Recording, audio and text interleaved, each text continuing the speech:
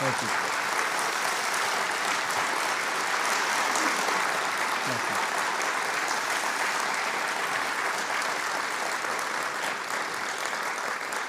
Thank you. Secretary Mattis, Secretary Tillerson, members of the Cabinet, members of Congress, members of the armed forces and law enforcement community from across this country, good afternoon, and thank you all for being here. As President Donald Trump articulates his vision to put the national security of America first, President Trump has no higher priority than the safety and security of the American people. And since the outset of our administration, he's worked tirelessly to make America stronger and safer than ever before. President Trump knows that American strength and security depends on a vibrant and growing economy. That's why this president has championed free and fair trade. He's rolled back federal red tape in record numbers. He's unleashed American energy, and under President Trump's leadership this week, Congress will pass the largest tax cut in American history.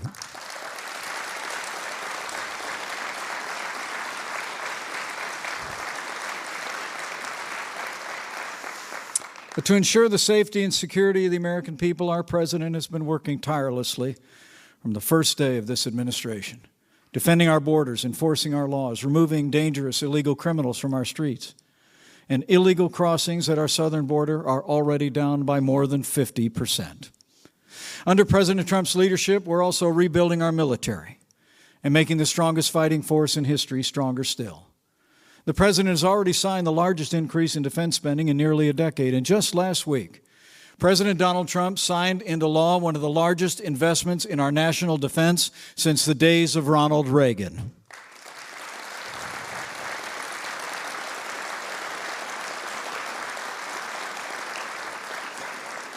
With renewed American leadership, we're achieving real results on the international stage. Our NATO allies are paying more toward our common defense.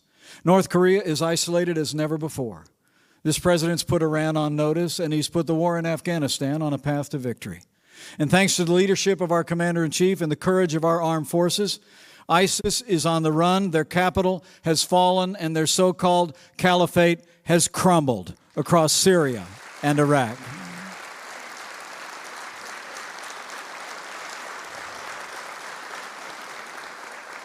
In less than a year, President Trump has made enormous progress to promote peace through American strength. And today, President Trump will take another crucial step to ensure the safety and security of our country far into the future, as he announces to the American people and to our allies and adversaries across the wider world a national security strategy that puts America first. So with gratitude for his unwavering commitment to make America safe again, it is now my high honor and distinct privilege to introduce to you the 45th President of the United States of America, President Donald Trump.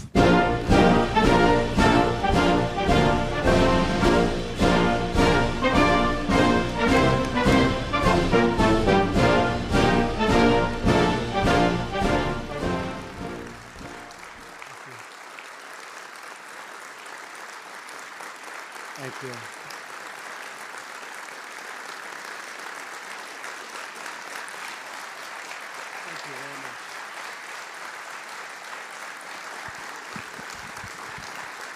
Thank you very much. Thank you, please. I want to thank Vice President Pence, along with the many members of my cabinet here with us today. I also want to thank all of the dedicated professionals, military, civilian, and law enforcement, who devote their lives to serving our nation.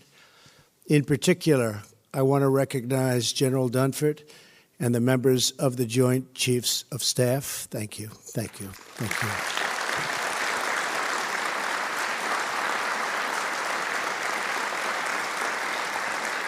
you. In addition, we are honored to be joined by House Majority Leader Kevin McCarthy, Homeland Security Chairman Mike McCall, and Senate Majority Whip John Cornyn. Thank you very much. Thank you for being here.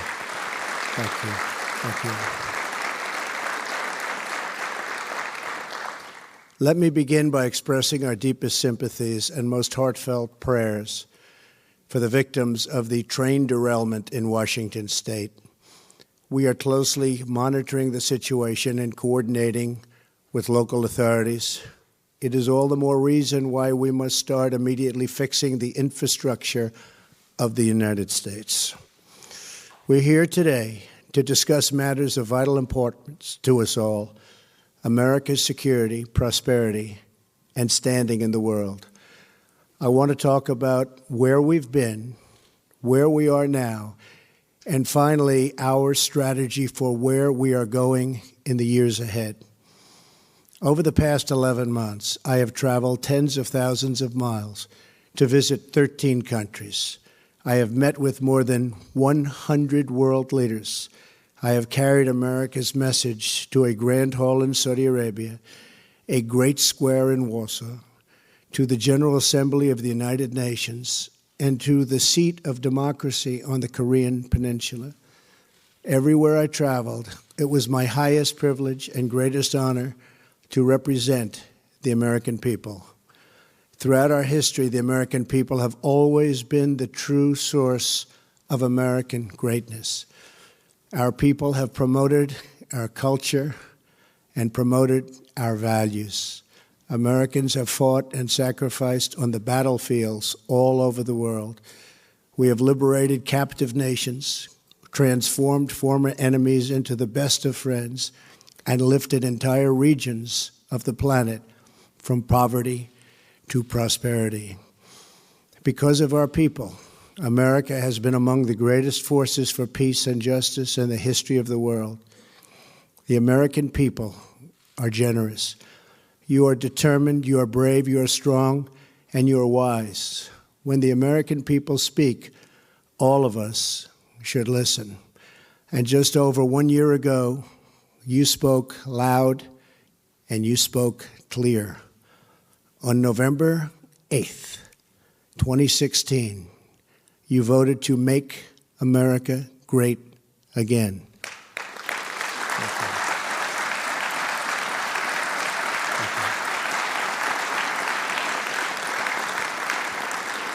You embrace new leadership and very new strategies, and also a glorious new hope. That is why we are here today. But to seize the opportunities of the future, we must first understand the failures of the past. For many years, our citizens watched as Washington politicians presided over one disappointment after another. To many of our leaders, so many, who forgot whose voices they were to respect and whose interests they were supposed to defend. Our leaders in Washington negotiated disastrous trade deals that brought massive profits to many foreign nations, but sent thousands of American factories and millions of American jobs to those other countries. Our leaders engaged in nation building abroad while they failed to build up and replenish our nation at home. They undercut and shortchanged our men and women in uniform with inadequate resources, unstable funding, and unclear missions. They failed to insist that our often very wealthy allies pay their fair share for defense, putting a massive and unfair burden on the U.S. taxpayer and our great U.S. military.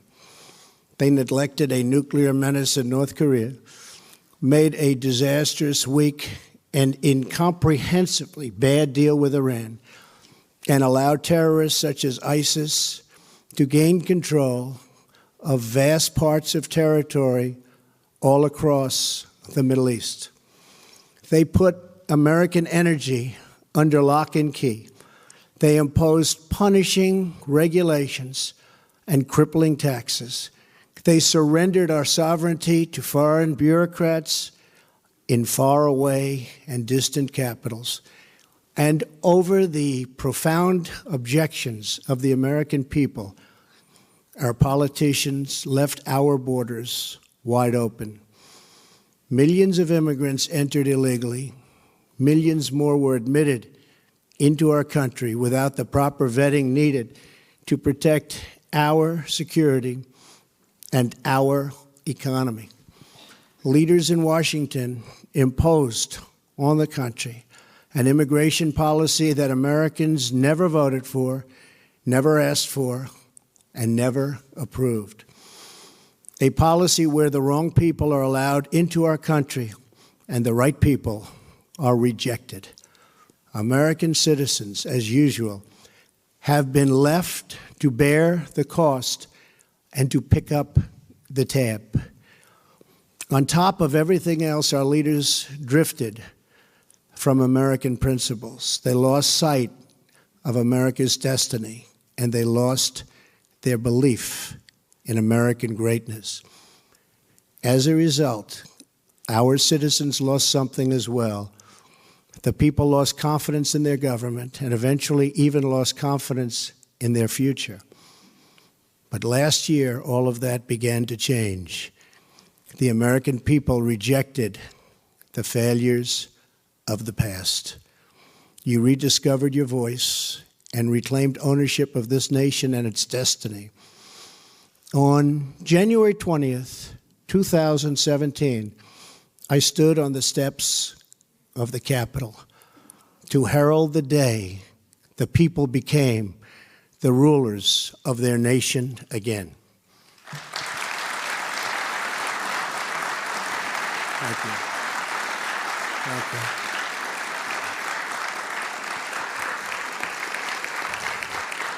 Thank you. Now, less than 1 year later, I am proud to report that the entire world has heard the news and has already seen the signs. America is coming back, and America is coming back strong. Upon my inauguration, I announced that the United States would return to a simple principle. The first duty of our government is to serve its citizens, many of whom have been forgotten. But they are not forgotten anymore. With every decision and every action, we are now putting America first. We are rebuilding our nation, our confidence, and our standing in the world. We have moved swiftly to confront our challenges, and we have confronted them head on. We are once again investing in our defense, almost $700 billion, a record this coming year. We are demanding extraordinary strength, which will hopefully lead to long and extraordinary peace. We are giving our courageous military men and women the support they need and so dearly deserve. We have withdrawn the United States from job-killing deals such as the Trans-Pacific Partnership and the very expensive and unfair Paris Climate Accord. And on our trip to Asia last month, I announced that we will no longer tolerate trading abuse. We have established strict new vetting procedures to keep terrorists out of the United States, and our vetting is getting tougher each month. To counter Iran and block its path to a nuclear weapon, I sanctioned the Islamic Revolutionary Guard Corps for its support of terrorism, and I declined to certify the Iran deal to Congress. Following my trip to the Middle East, the Gulf states and other Muslim-majority nations joined together to fight radical Islamist ideology and terrorist financing. We have dealt ISIS one devastating defeat after another. The coalition to defeat ISIS has now recaptured almost 100% of the land once held by these terrorists in Iraq and in Syria. Great job. Great job. Really good.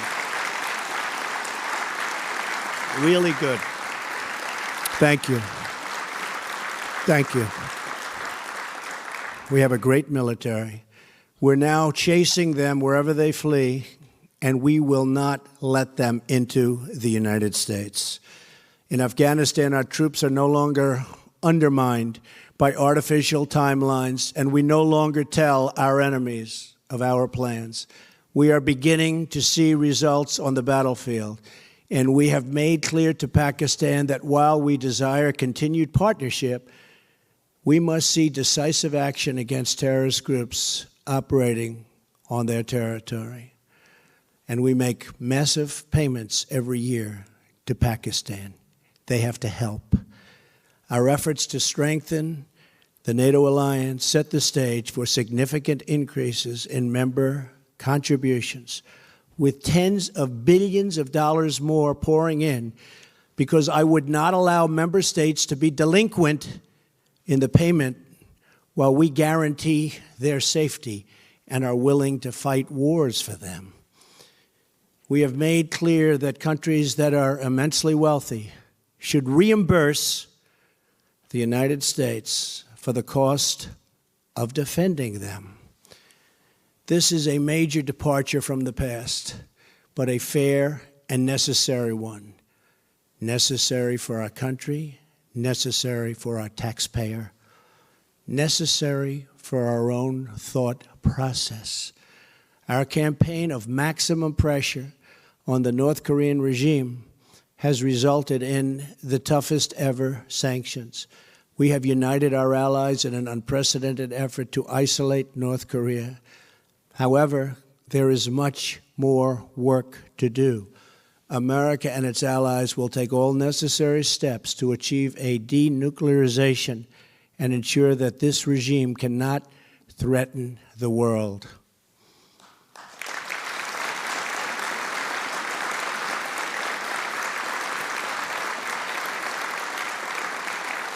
Thank you.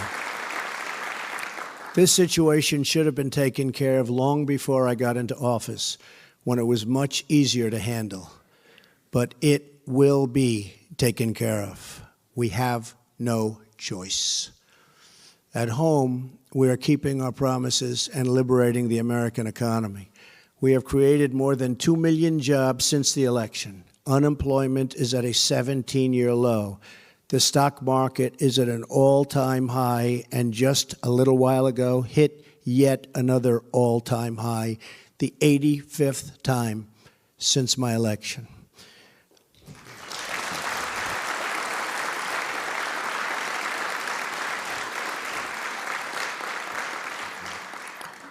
We have cut 22 regulations for every one new regulation, the most in the history of our country. We have unlocked America's vast energy resources. As the world watches, and the world is indeed watching, we are days away from passing historic tax cuts for American families and businesses. It will be the biggest tax cut and tax reform in the history of our country. Thank you. Thank you. Thank you.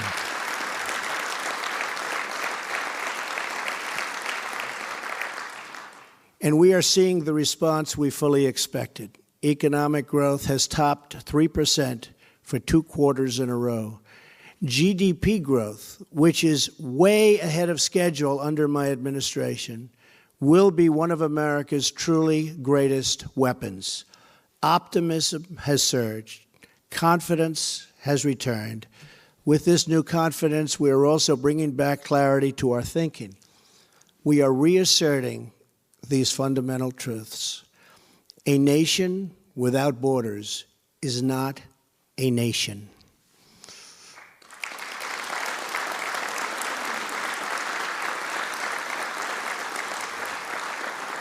A nation that does not protect prosperity at home cannot protect its interests abroad.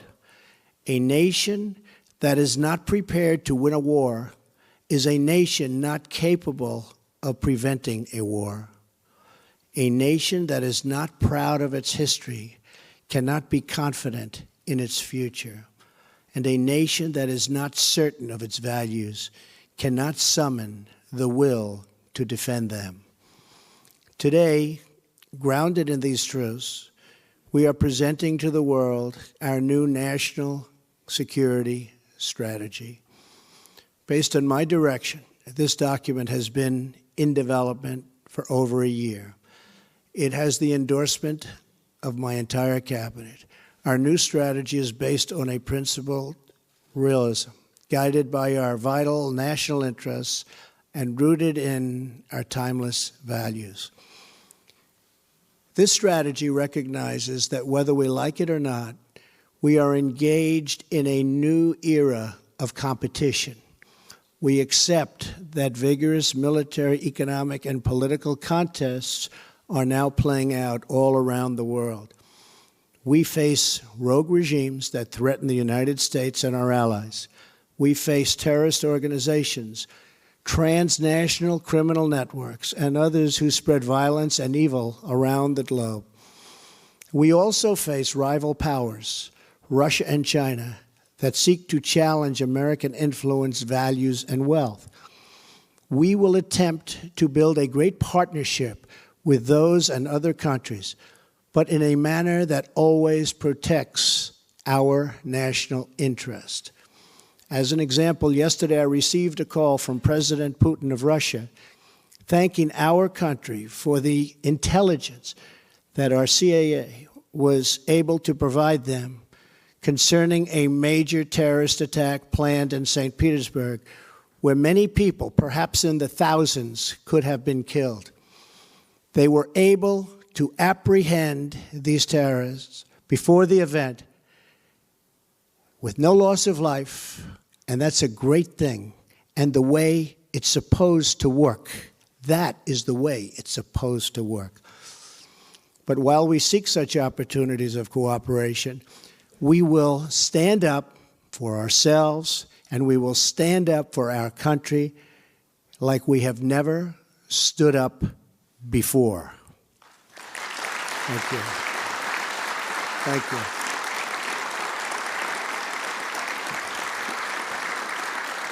Thank you. We know that American success is not a foregone conclusion. It must be earned, and it must be won. Our rivals are tough, they're tenacious and committed to the long term, but so are we. To succeed, we must integrate every dimension of our national strength, and we must compete with every instrument of our national power. Under the Trump administration, America is gaining wealth, leading to enhanced power faster than anyone thought, with $6 trillion more in the stock market alone since the election. $6 trillion. With the strategy I am announcing today, we are declaring that America is in the game and America is going to win. Our strategy, thank you.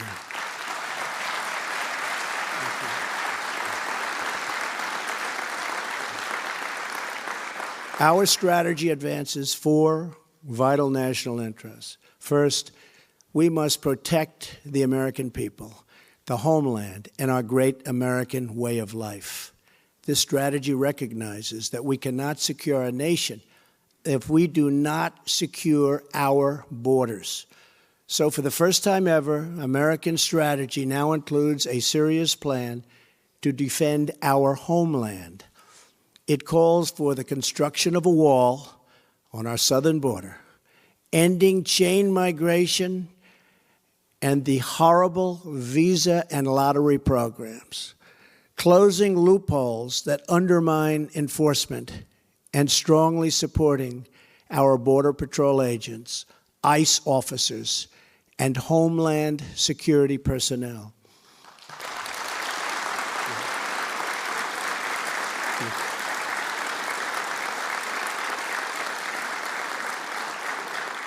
In addition, our strategy calls for us to confront, discredit, and defeat radical Islamic terrorism and ideology, and to prevent it from spreading into the United States. And we will develop new ways to counter those who use new domains such as cyber and social media to attack our nation or threaten our society. The second pillar of our strategy is to promote American prosperity. For the first time, American strategy recognizes that economic security is national security. Economic vitality, growth, and prosperity at home is absolutely necessary for American power and influence abroad. Any nation that trades away its prosperity for security will end up losing both. That is why this national security strategy emphasizes more than ever before the critical steps we must take to ensure the prosperity of our nation for a long, long time to come.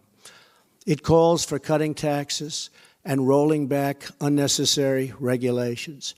It calls for trade based on the principles of fairness and reciprocity. It calls for firm action against unfair trade practices and intellectual property theft. And it calls for new steps to protect our national security, industrial, and innovation base. The strategy proposes a complete rebuilding of American infrastructure, our roads, bridges, airports, waterways, and communications infrastructure. And it embraces a future of American energy dominance and self-sufficiency. The third pillar of our strategy is to preserve peace through strength.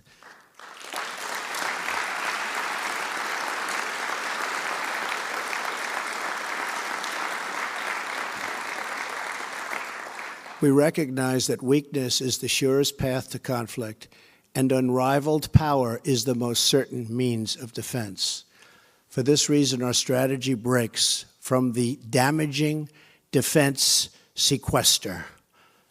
We're going to get rid of that.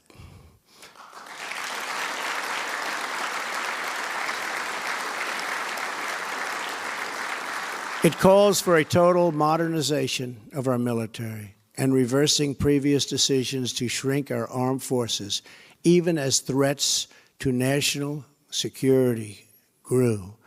It calls for streamlining acquisition, eliminating bloated bureaucracy, and massively building up our military, which has the fundamental side benefit of creating millions and millions of jobs. This strategy includes plans to counter modern threats, such as cyber and electromagnetic attacks. It recognizes space as a competitive domain and calls for multi-layered missile defense.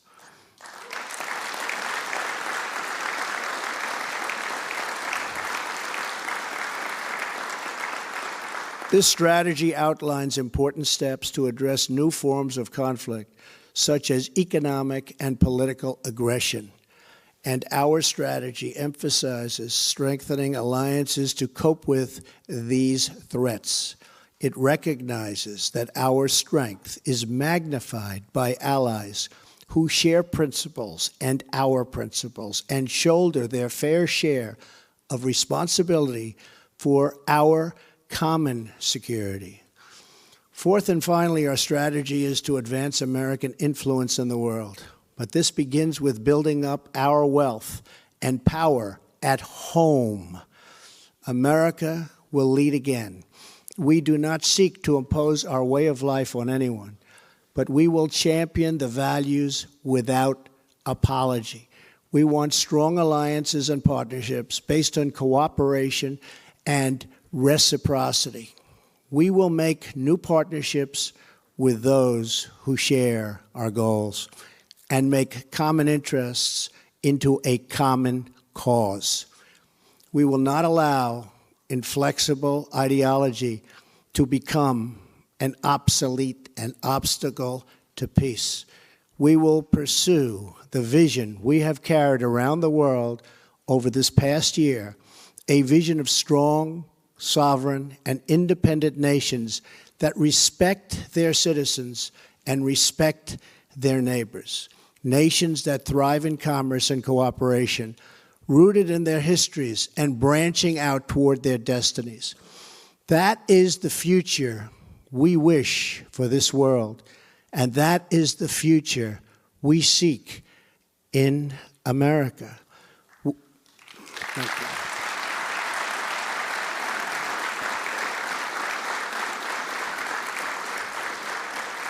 With this strategy, we are calling for a great reawakening of America, a resurgence of confidence, and a rebirth of patriotism, prosperity, and pride. And we are returning to the wisdom of our founders.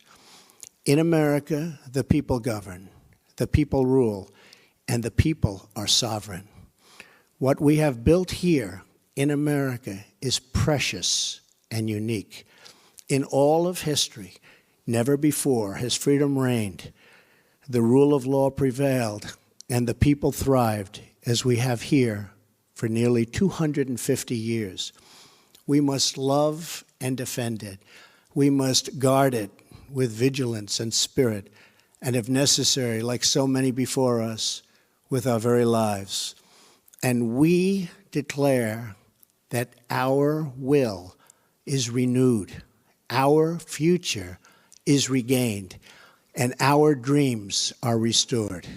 Every American has a role to play in this grand national effort. And today I invite every citizen to take their part in our vital mission.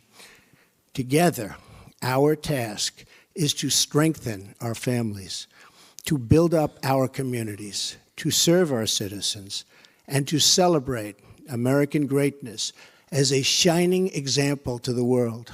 As long as we are proud, and very proud of who we are, how we got here, and what we are fighting for to preserve, we will not fail. If we do all of this, if we rediscover our resolve and commit ourselves to compete and win again, then together we will leave our children and our grandchildren a nation that is stronger, better, freer, prouder, and yes, an America that is greater than ever before. God bless you. Thank you very much. Thank you.